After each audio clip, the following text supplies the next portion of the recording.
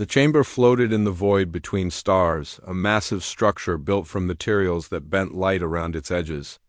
Inside, representatives from 47 different species sat in carefully controlled environments. Some breathed methane. Others required temperatures that would freeze water solid. A few existed partially in dimensions that most beings couldn't even perceive. But today, they all shared the same emotion. Fear. Ambassador Kelrith stood at the center speaking platform, his forearms trembling slightly as he addressed the Galactic Council. His species, the Thorans, were known for their calm and rational thinking. They had served as diplomats and peacekeepers for over 6,000 years. But Kelroth's voice carried an edge of desperation that made even the eldest council members pay close attention. "The Zephrony Empire has consumed another system," Kelroth said, his translation device converting his clicking speech into something all species could understand. "The mouthy civilization is gone. 2 billion souls erased in just 3 weeks.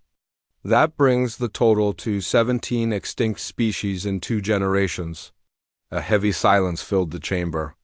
Every representative knew what this meant. Zephrony were not like other aggressive species the Council had dealt with before. They didn't want territory or resources. They wanted dominance. Complete and total control over every living thing in the galaxy. "We have tried negotiation," continued a delegate from the Visix Consortium, her scales flickering with agitation. "We have offered them entire sectors of space. They rejected everything. Our combined fleet is simply not strong enough," added Commander Thross of the Military Coordination Committee. His species had evolved from pack hunters, and even he looked worried. "The Zephrony war doctrine is unlike anything in our databases. They fight with a savagery that defies all conventional tactics. Every battle we fight, we lose more ships than we can afford to replace." Kelroth waited for the murmurs to die down before speaking again. "I have found something in the archives. Something we swore we would never discuss." He activated a holographic display that showed a small blue planet orbiting a yellow star. 207 years ago, we received a faster-than-light transmission from this world. It was a first contact message. A species announcing itself to the cosmos. Several council members shifted uncomfortably. They all knew the first contact protocols. Any species that achieved FTL communication was supposed to receive an immediate response and an invitation to join galactic civilization. "We suppressed that message," Kelroth said quietly. "We voted to ignore it. The species came from what our survey teams classified as a Category 9, hazard world. The gravity was 1.4 times our standard. The atmosphere contained 21% oxygen, which most of us consider a dangerous corrosive. The planet experienced extreme temperature variations, devastating storms, and tectonic instability that would destroy most colonies." "I remember this vote," said an elderly delegate whose species lived for centuries. "We decided that any species from such a world would be too aggressive, too dangerous to introduce to our civilization. We feared they would disrupt the peace we had built." Kelroth's eyes fixed on the Council. "The protocols are clear. Any species denied first contact rights is owed a debt. A debt that must be repaid if they ever request it." The chamber erupted in chaos. Representatives shouted in dozens of languages, their translation devices struggling to keep up. The idea was madness. Contact a Deathworld species? Invite them into galactic civilization?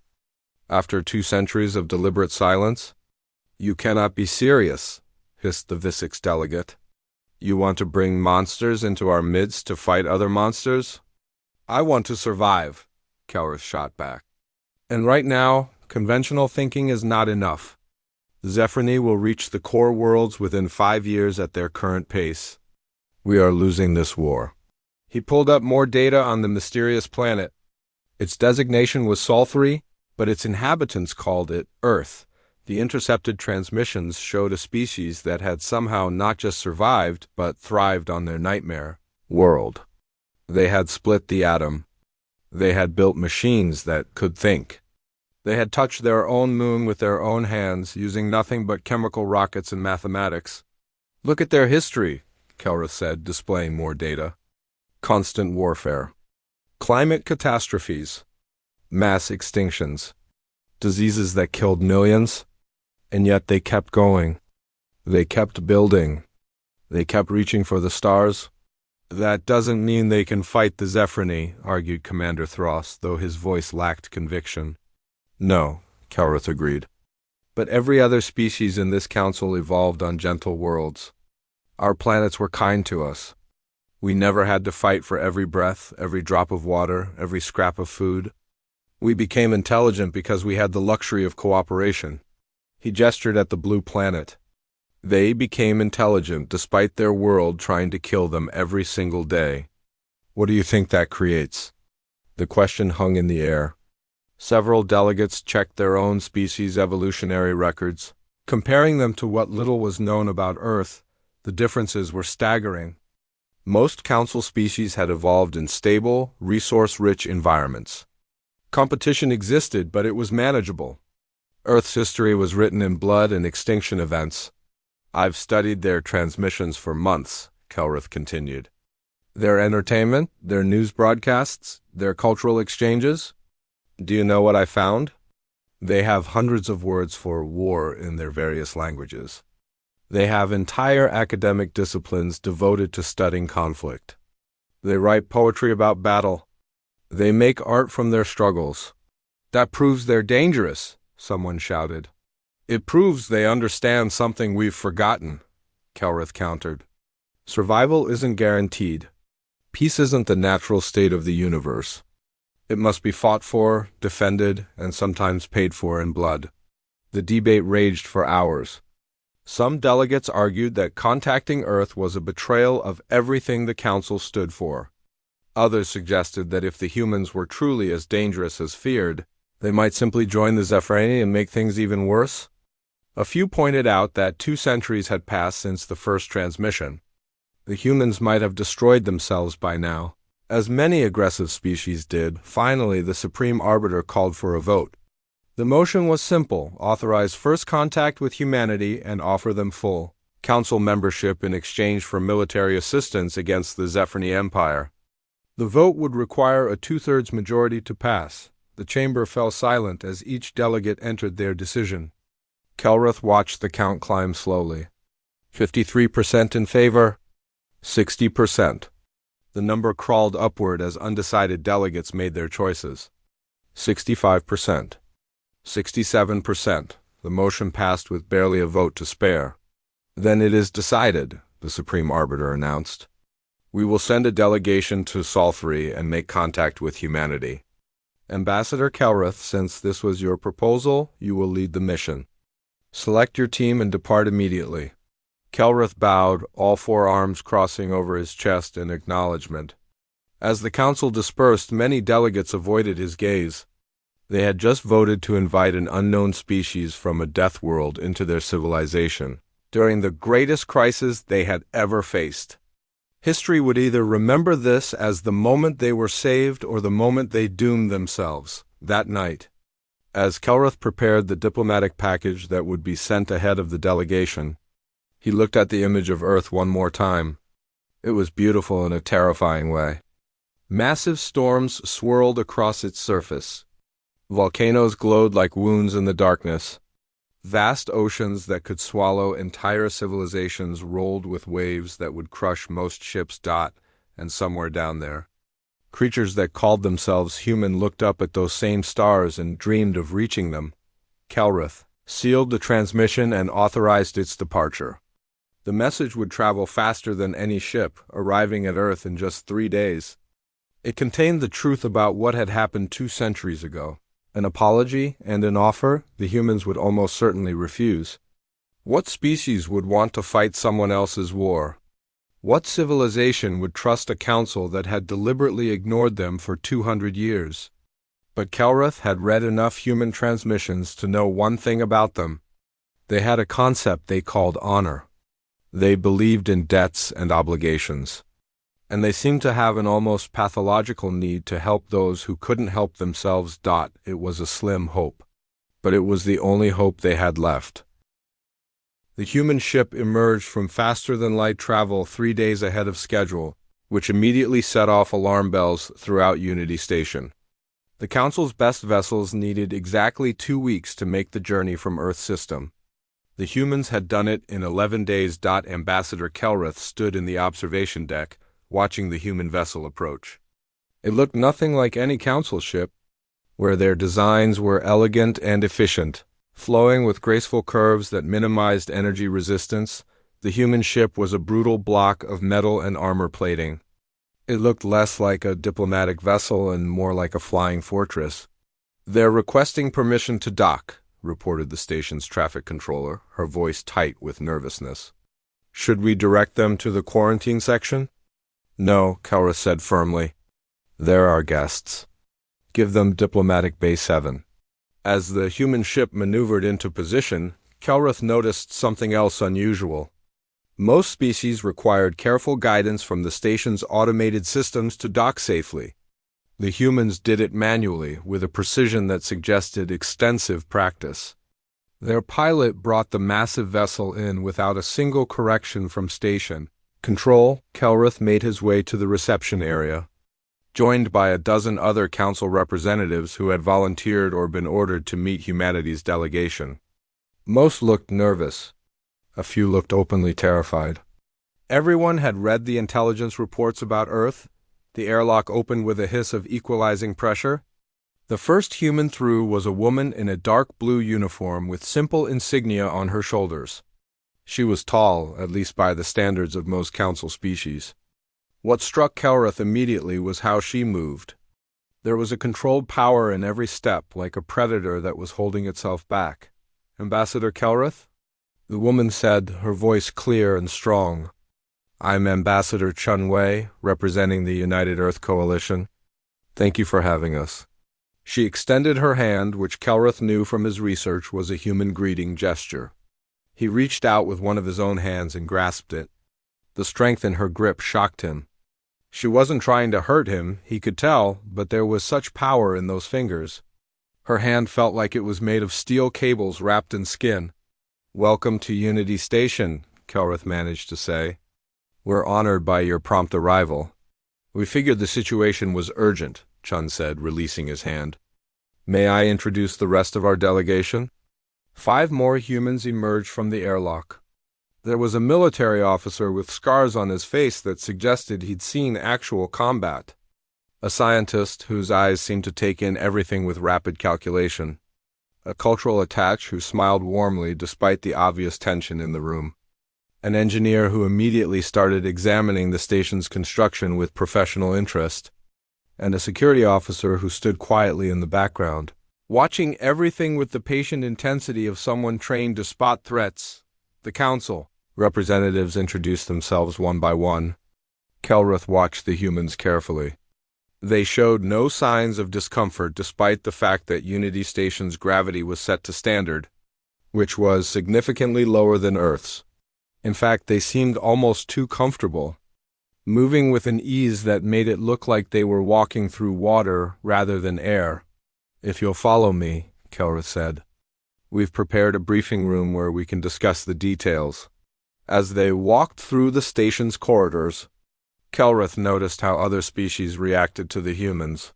Some stopped and stared. Others hurried away, their survival instincts warning them that something dangerous was nearby. A group of Visix workers actually fled down a side corridor. When the human military officer glanced in their direction, Chun noticed this too. "Are we making people uncomfortable?" she asked quietly. "You're new," Kelrith said diplomatically. "Unknown. That always creates some anxiety." "It's more than that," Chun said, her voice gentle but knowing. "We've read the reports your people compiled about Earth. We know you consider our world a death trap. We know you think we're dangerous." Kelrith decided honesty was the best approach. "Yes, but right now we need dangerous." Chun smiled slightly. It didn't quite reach her eyes. "Let's hope you still feel that way after this is over." The briefing room was large enough to accommodate all the delegates comfortably. Holographic displays surrounded the central table, ready to show whatever data was needed. Kelrith had spent hours preparing this presentation, making sure every fact was accurate and every argument was sound. Before we begin, Chun said, sitting in a chair that had been specially reinforced for human weight, I need to make something clear. Earth isn't a unified government. We have hundreds of nations, dozens of major power blocks, and cultural differences that would take years to explain. What I represent is a coalition that formed specifically to respond to your message. We understand, Kelrith said. The Council itself is made up of species with vastly different governmental structures. Good, Chun folded her hands on the table. Now show us what we're dealing with. Kelrith activated the displays. Images of Zephreni warships filled the air, along with tactical data from dozens of battles. He explained their expansion pattern, their military doctrine, their treatment of conquered species. He showed the humans everything the Council knew about their enemy. The human delegates watched in silence, occasionally asking for clarification or additional details. Their military officer, Colonel Marcus Stone, took extensive notes. The scientist, Dr. Sarah Kim, seemed particularly interested in the Zephreni's weapons technology and ship capabilities. They're apex predators, Stone said when the briefing was finished. Evolved on a high-gravity world with dangerous megafauna. They see conquest as natural. Survival of the strongest. That's our assessment as well, Kelrith confirmed. And you've been losing to them because your entire military philosophy is built around minimal casualties and limited engagement, Stone continued. It wasn't a question. Several council representatives shifted uncomfortably. It was true, but hearing it stated so bluntly was jarring. We believe in the value of all life, said Commander Throst defensively. We fight to defend, not to destroy. Noble, Chun said, but not effective against an enemy who sees mercy as weakness. She looked at each council member in turn. You asked us here to help you win a war. Are you prepared for what that actually means? What do you mean?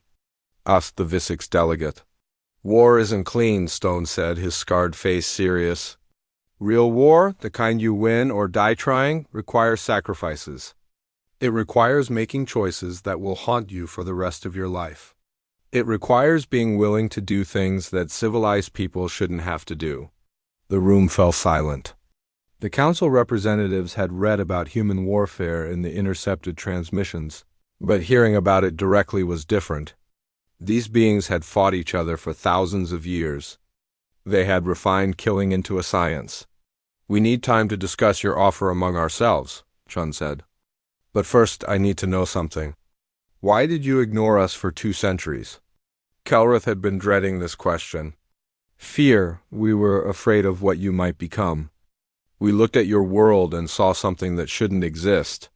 Life that thrived in conditions that would kill most of us. Intelligence that emerged from constant struggle instead of peaceful cooperation. We convinced ourselves we were protecting the galaxy by keeping you isolated. And now? Chun asked. Now we know we were fools, Kelrith said simply. We built a civilization based on the assumption that kindness and rationality would always prevail. We were wrong. Chun nodded slowly. I appreciate the honesty. Give us 12 hours. We need to confer with our governments and decide how to respond. As the human delegation left the briefing room, the council representatives remained behind, discussing what had just happened. Several seemed relieved that the humans appeared so professional and controlled. Others remained deeply worried. Kelrith said nothing. He had seen something in Chen's eyes during the briefing that the others had missed. When she looked at the images of Zephreni warships, there had been no fear. Only calculation. Like an engineer examining a problem that needed solving, or like a predator sizing up its prey. 12 hours later, the council reconvened. Chun stood before them with a datapad in her hands. We've reached a decision, she said. Earth will honor the debt. We'll provide military assistance against the Zephreni Empire. But we have one condition. Name it, Kelrith said eagerly. When this is over, the Council must formally acknowledge what was done to us. The first contact protocols must be rewritten to ensure no other species is denied their rightful place among the stars. This can never happen again. The Council members looked at each other. It was a simple request, really. Symbolic more than anything else. Agreed, the Supreme Arbiter said immediately. Chun smiled. This time it reached her eyes, but there was something in that smile that made Kelrath's skin prickle. Then let's discuss how humans fight wars, she said.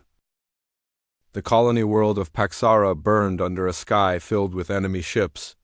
3 million civilians huddled in underground shelters while Zephyrni warships orbited overhead, systematically destroying everything on the surface. They hadn't landed troops yet. They were simply making a statement. Resistance was futile. The Council's fleet had tried to break the blockade 2 weeks earlier. 700 ships against the Zephyrni battle group. The Council had lost 400 vessels and retreated. The Zephyrni had lost 30. Ambassador Kelrath stood in Unity Station's command center, watching the tactical display with growing despair. The people of Paxara would run out of supplies in 40 days. After that, they would have to surrender or starve. The Council was assembling another fleet, but it would take at least 3 months to gather enough ships. Then a new signal appeared on the display. Ships were emerging from FTL at the edge of the Paxara system. Identification? Commander Thross barked at his sensor operator. It's them, sir. The human fleet. Kelrath felt his heart racing. It had only been 21 days since the humans had agreed to help. They had said they could deploy a fleet in 3 weeks. Most council members had assumed that was human bravado. Assembling a military fleet took months of preparation, coordination, and logistics. How many ships? Thross asked. 15, sir. 15. Against a Zephyrni battle group that had destroyed 400 council vessels. Kelrath wanted to weep. The humans had come to help, but they were going to be slaughtered. Open a communication channel, Kelrath ordered. I need to warn them about what they're facing. The screen flickered and Ambassador Chun appeared, but she was wearing a different uniform now. Military gray instead of diplomatic blue. Ambassador Kelrath. We're beginning our approach? Ambassador Chun, you don't understand. The Zephyrni have 47 capital ships and over 200 support vessels. Your 15 ships won't be enough. You should wait for reinforcements. Chun's expression didn't change. Thank you for the concern, Ambassador. But we've studied the Zephyrni tactics. We know what we're doing. At least tell me you have a plan for retreat, Kelrath pleaded. Some way to escape if things go badly. Ambassador, Chun said softly, humans don't plan retreats before the battle starts. We plan to win. The communication cut off. Kelrath stared at the tactical display, watching the 15 human ships accelerate toward the blockade. They weren't even attempting stealth. They were coming in direct and fast, like they wanted the Zephyrni to see them. Patching in the Zephyrni command channel, the sensor operator said. They're hailing the human fleet. A Zephyrni commander appeared on screen. His reptilian features twisted in what might have been amusement. Unknown vessels, you are entering a restricted military zone. Withdraw immediately or you will be destroyed. The human response came from a different voice. Male, calm, with an accent that suggested he came from one of Earth's northern regions. This is Captain James Harrison of the United Human Naval Ship Defiant. We're here to break your blockade and evacuate the civilians below. You can either withdraw peacefully or we can remove you by force. Your choice. The Zephyrni commander's amusement turned to rage. You dare threaten us? We are the Zephyrni Empire. We have crushed 17 civilizations. What are you? There was a pause. Then Harrison replied, We're humans. We're from Earth, and you're about to learn why that matters. The Zephyrni opened fire first. Particle beams and plasma torpedoes lit up the void, converging on the human fleet. Kelrath expected to see ships explode or at least break formation. Instead, the human vessels simply tanked the hits. Their shields flared bright but held.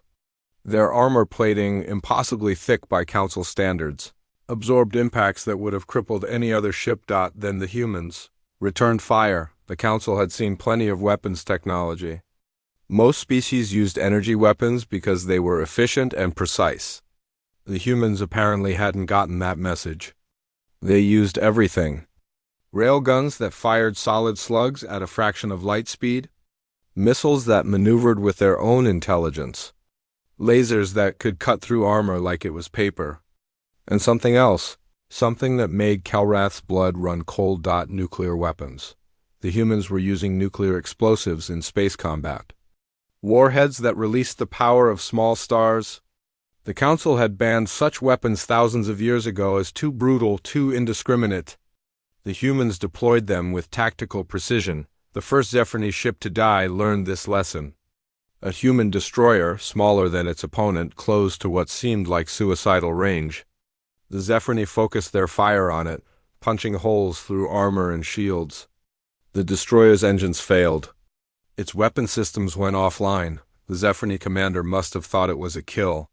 He was wrong. The destroyer's crew used their maneuvering thrusters to adjust course one final time, putting themselves on a collision trajectory with the Zephyr heavy cruiser.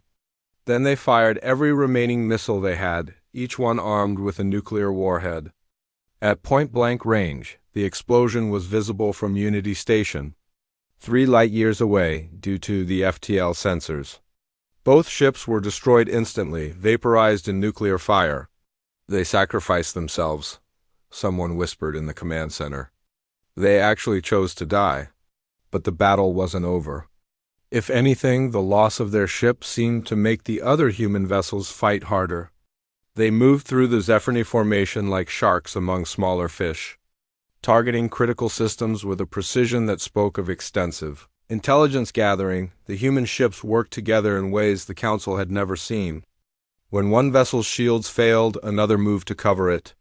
When a Zephyr ship tried to break away, 2 human vessels would flank it and disable its engines. They communicated constantly, sharing targeting data and tactical analysis in real time, and they adapted. The Zephyr had a particular tactic where they would feint with smaller ships to draw out enemy vessels, then hit them with concentrated fire from their capital ships. The first time they tried this against the humans, it worked. A human frigate was caught out of position and took heavy damage. The second time they tried it, the humans were ready. They let the Zephyr think the feint had worked again, drawing their capital ships into a specific formation. Then 3 human destroyers executed a coordinated strike that crippled the engines on 2 Zephyr battleships. Simultaneously, Calrath watched in horrified fascination as the battle unfolded. This wasn't the clean, almost ritualized warfare the Council practiced. This was something primal and vicious. Both sides fought like they had everything to lose, but there was a difference. The Zephyr fought for dominance. The humans fought for survival. And a species that had survived on a death world for millions of years knew how to survive. 6 hours into the battle, the tide turned. The Zephyr had numerical superiority, but the human ships were tougher, their crews more adaptable, and their tactics more creative. When a human ship called the Valkyrie lost its main weapons, it used its point defense lasers to blind the sensors on a Zephyr carrier, allowing other human ships to attack it unopposed. When the destroyer Defiant lost both engines and weapons, her crew used emergency thrusters to ram into a Zephyr heavy cruiser. Instead of dying in the collision, as everyone expected, they breached the Zephyr hull and boarded the ship. The command center fell silent as they watched human Marines fight through the Zephyr vessel. It was brutal, close-quarters combat. The kind of fighting that no Council species had attempted in 3,000 years. The humans had weapons designed specifically for this. Short-range firearms that could punch through armor without breaching the hull. Explosive charges that could cut through bulkheads. Hand-to-hand combat techniques that let them fight the larger, stronger Zephyr warriors. 30 minutes later, the Zephyr heavy cruiser was under human control. Captain Harrison's voice came over the channel again. All Zephyr vessels, this is your final warning. Withdraw now or we will continue to destroy you. The Zephyr commander responded with curses and threats. The humans responded with action. 3 more Zephyr capital ships were destroyed in the next hour. Finally, with over half their fleet gone, the Zephyr retreated. The blockade was broken. Calrath initiated a communication with the human fleet. Ambassador Chen appeared again, this time with soot on her face and what looked like a bandage on one arm. She had been on the Defiant when it boarded the Zephyr cruiser. "Ambassador, I don't know what to say," Calrath began. "Don't say anything yet," Chen replied. We still need to evacuate the civilians. Can you get transport ships here in the next 12 hours? Yes, of course. We'll have a fleet there by morning. Good. Chun glanced at something off-screen. We lost 137 crew members today. The Defiant is destroyed. The Valkyrie and the Stormrunner are too damaged to make it home without major repairs. But the mission is accomplished. 137 dead. The Council fleet had lost 400 ships and over 20,000 crew in their attempt to break the blockade. The humans had lost part of one ship and a fraction of that number of people, yet they spoke of it with such weight. You fought well? Commander Thross said, appearing beside Kelruth. His voice held something that hadn't been there before, respect. We did what needed to be done, Chun said. Emperor Vrask of the Zephrony Empire stood in his war room aboard the flagship Infinite Conquest, staring at holographic displays that showed the disaster at Paxara. His claws scraped against the metal table, leaving deep gouges in the surface. Explain to me, he said, his voice dangerously calm. How 15 ships defeated a battle group of 47 capital vessels? The commander who had survived Paxara kept his head lowered. They fought unlike any species we have encountered, my emperor. They used weapons we considered obsolete. They sacrificed their own vessels without hesitation. They even boarded one of our cruisers and captured it from within. Impossible, snarled General Kresh, the Emperor's chief military advisor. No species has attempted boarding actions in modern warfare for over a millennium. The casualties would be too high? They don't seem to care about casualties the way we do, the commander said quietly. They care about objectives. About winning. Emperor Vrask felt something he hadn't experienced in decades. Interest. The Zephrony had conquered 17 species in 2 generations. Every one of them had fought the same way. They tried to negotiate. They fought defensively. They surrendered when the cost became too high. It was logical, rational, and utterly predictable. These humans were different. Show me everything we know about them, Vrask commanded, over the next several days. The Emperor's intelligence division compiled every piece of information they had about humanity. What they discovered was disturbing even by Zephrony standards. Earth was a nightmare world. Gravity strong enough to crush most species? An atmosphere that would corrode lungs over time. Temperature swings that ranged from freezing to boiling. Natural disasters that could level entire regions. Yet humans had not just survived there, they had thrived. Their history was even more troubling. Humans had been at war with each other for their entire recorded existence. They had developed weapons of such terrible power that they could destroy their own planet. They had actually used these weapons against each other twice, and somehow had learned restraint only after seeing what they could do. They had fought wars that killed millions. They had survived plagues that wiped out significant portions of their population. They had endured ice ages, droughts, and famines. And through it all, they had kept pushing forward, kept adapting, kept surviving. They're like us, Vrask said, studying the reports. They're apex predators? More than that, said his chief intelligence officer, pulling up genetic data. Look at their evolutionary path. They didn't evolve in an environment where being the strongest was enough. They evolved where being smart, adaptable, and cooperative was necessary for survival. They're pack hunters who learn to use tools. They're social enough to build civilizations, but aggressive enough to defend them. Vrask read through reports of human warfare. They had tactics that the Zephrony military had never even considered. Guerrilla warfare. Psychological operations. Asymmetric combat. They had fought wars where smaller forces defeated larger ones through creativity and determination. What is this? Vrask asked, pointing to a report about something called a siege. A tactic where they surround an enemy position and wait for them to run out of supplies, the intelligence officer explained. Some human sieges lasted for years. Both sides suffered terrible casualties, but neither would surrender. Years, the Zephrony considered any battle lasting more than a few weeks to be inefficient. These humans would fight for years over a single city. They're dangerous, General Kresh said. More dangerous than we anticipated? Perhaps we should negotiate with them. Offer them territory in exchange for neutrality. Emperor Vrask bared his fangs.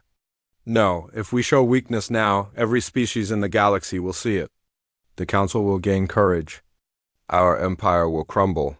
He turned to face his generals. Besides, these humans have shown me something important. They can be beaten, my emperor. They lost ships at Paxara. They took casualties. They're not invincible. Vrask gestured at the tactical displays. They're just willing to pay a higher price than others. But every species has a breaking point. We will find theirs. He began to formulate his plan. The Council expected the Zephyrini to retreat, to consolidate their forces after the defeat at Paxara. Instead, Vrask would do the opposite. He would gather every ship, every soldier, every weapon in the Empire. He would create a force so overwhelming that even the humans couldn't stand against it. Assemble the Grand Armada, Vrask commanded. Every battleship, every carrier, every destroyer we have. I want 3,000 ships ready to deploy within the month. His generals exchanged glances. The Grand Armada had never been fully assembled before. It would leave their conquered territories virtually undefended. If they lost, the Empire would collapse. My Emperor, General Kresh said carefully, if we commit everything to one battle and lose, we lose everything. If we don't commit everything and lose slowly, we still lose everything, Vrask countered. But we won't lose. I will personally lead the fleet. We will crush the humans and show the Council that the Zephyrini Empire is still the dominant power in this galaxy. The orders went out. From every corner of Zephyrini space, ships began to gather. Battleships that had conquered entire systems. Carriers that could deploy 1,000 fighters each. Destroyers built for speed and killing power. It was the largest fleet ever assembled by a single species in galactic history that the humans responded by sending their own fleet to meet them. The Council's observers were horrified when they saw the numbers. 200 human ships against 3,000 Zephyrini vessels. It was suicide. The battle would take place at Kepler's Gate, a strategic wormhole nexus that connected 5 different sectors of space. Whoever controlled it controlled a significant portion of galactic trade. The Council had maintained a small defense station there for centuries, but they evacuated it when the Zephyrini arrived. Ambassador Kelroth watched from Unity Station as both fleets moved into position. He had tried to convince the humans to wait, to gather more ships, to develop a better strategy. Ambassador Chun had politely declined. 200 ships isn't enough, Kelroth had argued. Even with your tactics, you can't overcome those odds. Probably not, Chun had agreed. But we can try. And that's what matters. Now, as the fleets converged on Kepler's Gate, Kelroth wondered if humanity's willingness to fight against impossible odds was bravery or insanity. Perhaps it was both. The battle began at 0600 hours Galactic Standard Time. The Zephyrini came in with their traditional formation. Capital ships in front, carriers behind, destroyers on the flanks. It was a proven formation that had destroyed countless enemy fleets. The humans didn't charge it head-on. Instead, they scattered. 200 ships split into 20 groups of 10, each group moving in a different direction. The Zephyrini formation tried to adjust, but it was like trying to swat 20 flies at once. Every time they focused on one group, another would strike from a different angle. The humans used the binary stars that anchored Kepler's Gate as weapons. They calculated trajectories that allowed them to slingshot missiles around the stars, accelerating them to relativistic speeds. When those missiles hit Zephyrini ships, they didn't just damage them. They vaporized them. They deployed thousands of autonomous drones that attacked in coordinated swarms, focusing on engines and weapon systems. The Zephyrini point defenses could kill individual drones, but they couldn't stop swarms of hundreds attacking simultaneously. Most shocking of all, the humans used psychological warfare. They broadcast messages over the Zephyrini command channels, recordings of previous battles where Zephyrini ships had been destroyed, tactical analyses that pointed out every mistake the Zephyrini commanders made, offers of surrender that were worded to sound like insults. It worked. The Zephyrni formation began to break apart as individual commanders tried to pursue different human groups. Ships collided with each other in the chaos.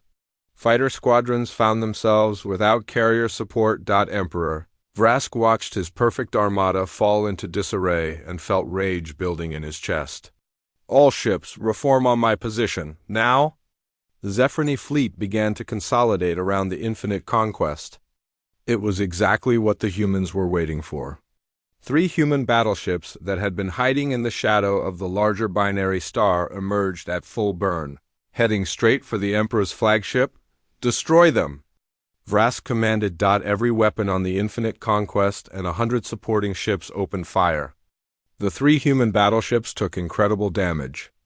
Their shields failed, their armor melted, their hulls breached in dozens of places, but they kept coming. The lead human ship, the UAUNS Thermopylae, rammed directly into the Infinite Conquest's main engine section.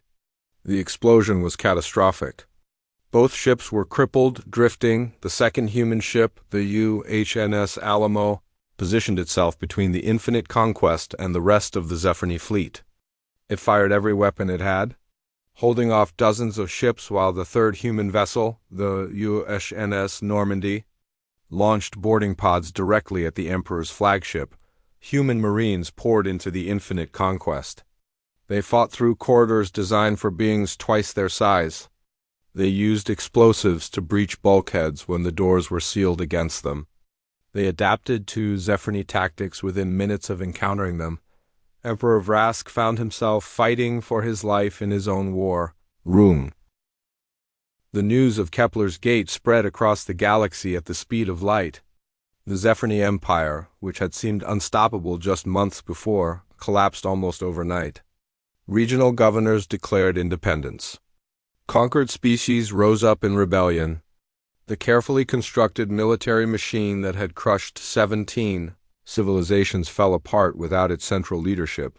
The Council moved quickly to prevent further chaos. They dispatched peacekeeping fleets to former Zephyrni territory. They established humanitarian corridors for refugees. They set up diplomatic channels to help the various factions negotiate rather than fight. For the first time in decades, the Council felt like they were in control again, but everyone knew that control was an illusion. The real power in the galaxy had shifted. Ambassador Kelrith walked through the rebuilt command center of Unity Station, watching reports from across Council space. Human ships were everywhere now. Not as conquerors or occupiers, but as partners. Human engineers helped repair damaged infrastructure. Human doctors provided medical care with techniques that worked on biology the Council had thought was incompatible. Human diplomats mediated disputes with a pragmatic efficiency that shocked species used to endless negotiations. The humans had kept their promise. They had helped win the war. Now they were helping win the peace, but Kelrith couldn't shake the memory of Kepler's gate. He had watched 43 human ships return from that battle, battered and scarred. He had seen the casualty reports. Over 8,000 human crew members had died in that single engagement. For any Council species, those losses would have been devastating. The humans treated it as an acceptable cost. Ambassador Kelrith? He turned to find Ambassador Chun approaching. She looked different now. Less like the diplomat who had first arrived at Unity Station and more like someone who had seen too much war. There were lines around her eyes that hadn't been there before. Ambassador Chun, I heard you were back on the station. Just for a few days, she said. Earth is sending a permanent delegation, but I'm heading home. I've been away for 8 months. You've earned a rest. Kelrith gestured toward his office. Do you have time to talk? They sat in comfortable chairs while Kelroth's assistant brought them both beverages. Chun had developed a taste for a mild stimulant drink that most Council species used for meditation. Kelrith had learned to tolerate Earth coffee, though it tasted like liquid bitterness to him. The Council is calling a full session next week, Kelrith said. They want to formally recognize Earth as a full member and address the First Contact Protocol reforms. Good, Chun sipped her drink. We've drafted some proposals for the new protocols. Nothing too radical, just safeguards to ensure no other species gets isolated the way we were. Some delegates are worried. Kelrith admitted. They see what humanity is capable of in war, and they wonder what you might do in peace. Chun was quiet for a moment. I know what they're thinking. We're dangerous. We're unpredictable. We don't fight wars the way civilized species should. She met his eyes. And they're right to worry, Ambassador. We are dangerous. Every species from a death world is. We evolved in environments that killed most of the life that tried to exist there. We're the survivors of millions of years of natural selection that favored aggression, adaptability, and stubbornness. So what stops you from becoming the next Zephyr Empire? Kelrith asked the question that had been haunting him. We've already been through that, Chun said simply. Humans fought each other for thousands of years. We built empires that crushed other humans. We created weapons that could destroy our own world. And we almost did destroy it several times. She leaned forward. But we learned something the Zephyr never did. Power without purpose is just destruction.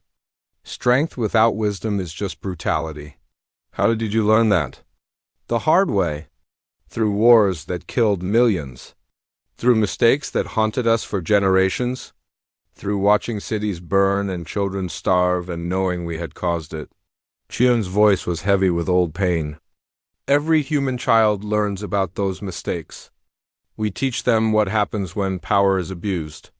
We show them the cost of war. Not to make them afraid of conflict, but to make them understand the responsibility that comes with strength. Kelrith thought about the council species. Most of them had never known true hardship. Their worlds were gentle. Their histories were relatively peaceful. They had developed civilization without the terrible crucible that had forged humanity. You scare us because we don't understand you, he said finally. I know, and I'm sorry for that. Chun smiled sadly.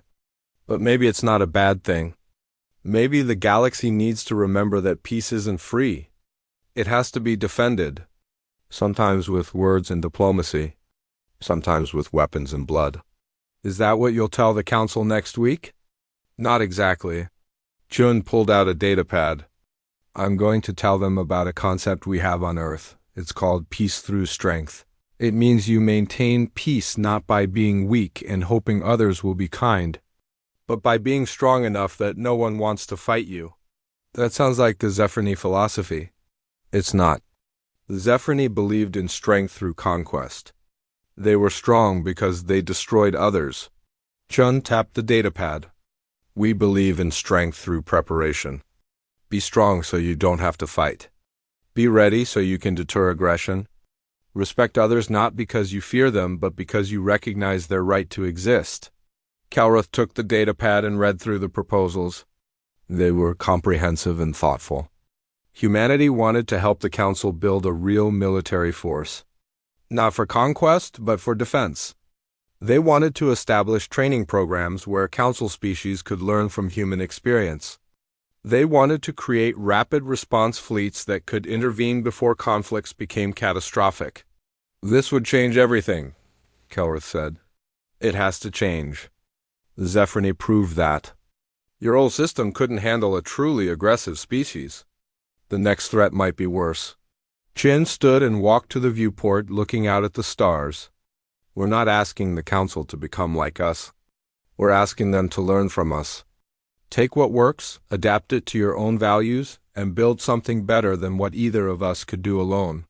Over the next week, the Council chambers buzzed with debate. Some delegates loved the human proposals. Others hated them.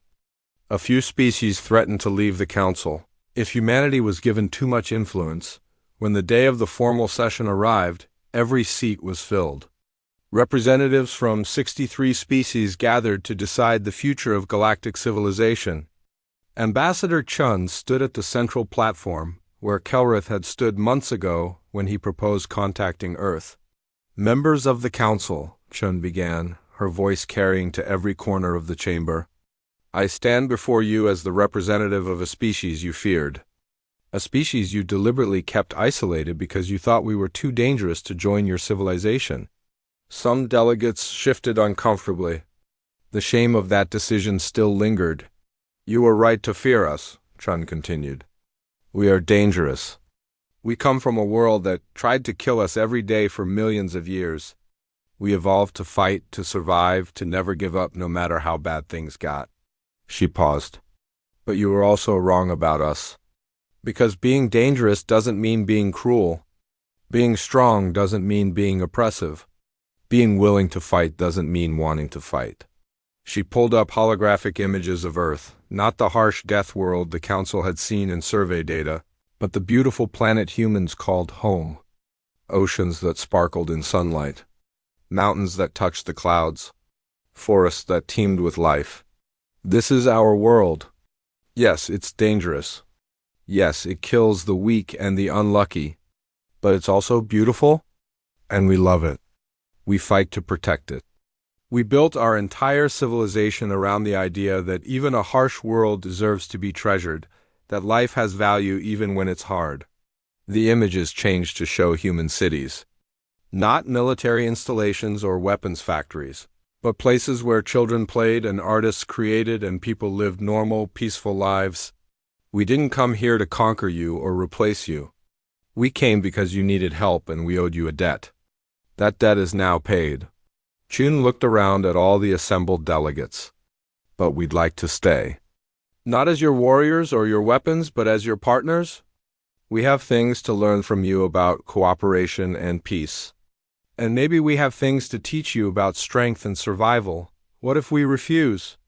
Asked a delegate who had opposed human membership from the start.